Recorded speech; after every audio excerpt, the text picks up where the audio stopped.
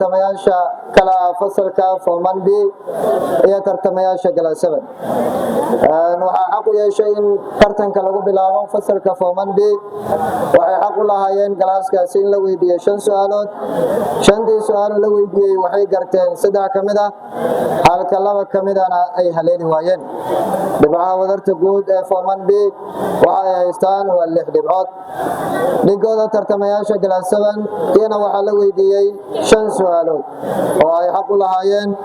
5 oo ay garteen tartamayaasha kala 7 oo dhibcaha ay haystaan waa 10 dhibcood hadaba halkan ku raacday guusha